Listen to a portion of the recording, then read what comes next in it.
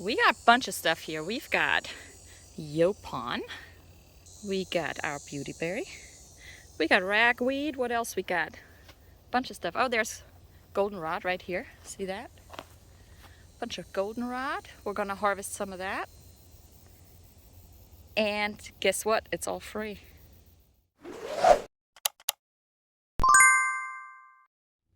What's up? Back with Hidden Oaks Homestead. We're gonna go out into the woods today and harvest beautyberry. I got my friend here with me, but she's hiding off camera. She doesn't want to be on camera. We'll catch her later.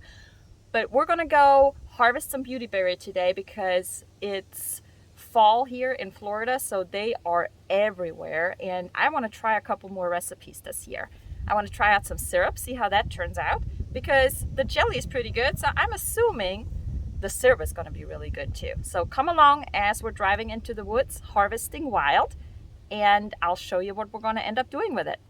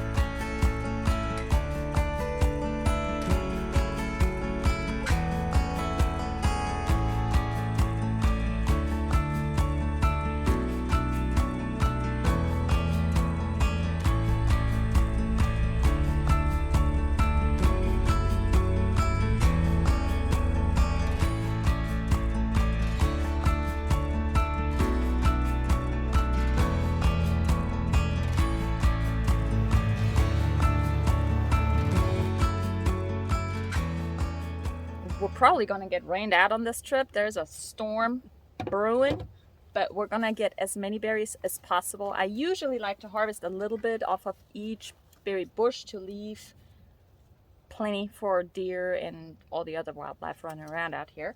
We got plenty of them everywhere, so there's really no end in sight of beautyberries. If you haven't checked out the side of the road, try to harvest a little bit further into the woods. You don't want to harvest anything that's growing too close to the road because, well, then you're gonna have all the nasty stuff that the cars give off. So try to walk a little bit further in, and you want to kind of stay at least 25 to 50 feet outside of or away from the road to harvest healthy stuff. For us, we're living in the middle of nowhere. There's literally no traffic besides us here, so we can harvest straight off the side of the road here.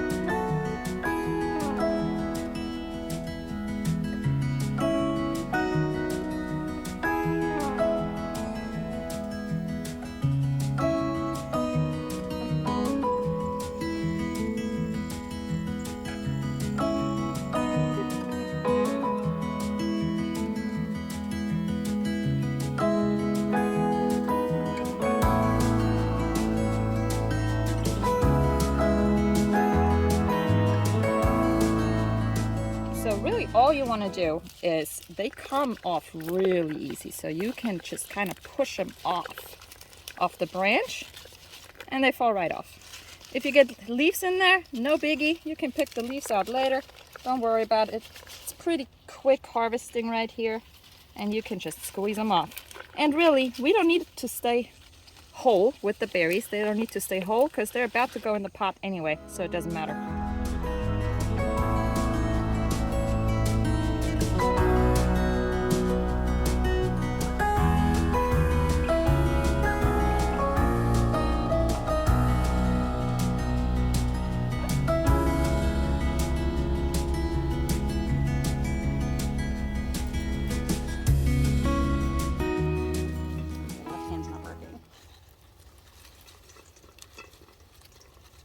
careful, I'm breaking them. The pull method is not working. Yeah, it is. No, it's not. I'm smushing the berries. Don't smush the berries. I'm trying not to.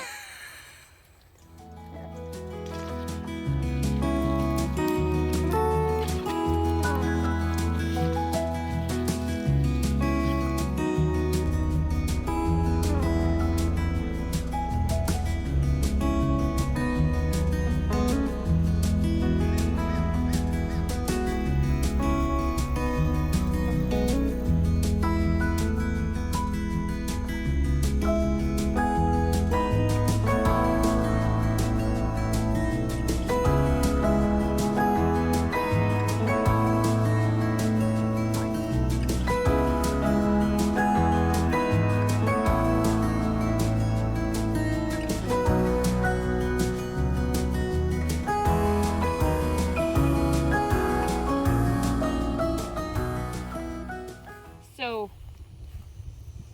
you got your goldenrod right here. You got your ragweed right next to it. So the ragweed is what makes everybody sneeze. This is what causes allergies. Goldenrod actually helps allergies.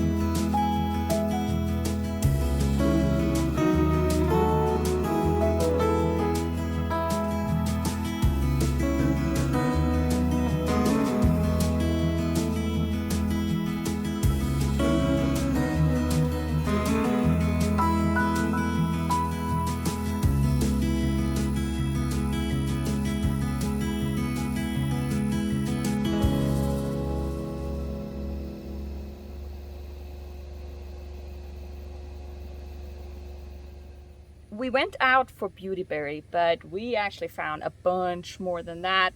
So we also grabbed some goldenrod, we grabbed some elderberry, which got ripe kind of late, but we grabbed some of that as well that was left over from the birds. And I think I'm going to include some of those elderberries into the beautyberry syrup and maybe try out 2 different versions, see how it turns out. And we'll do a taste test later and see if you can taste any difference.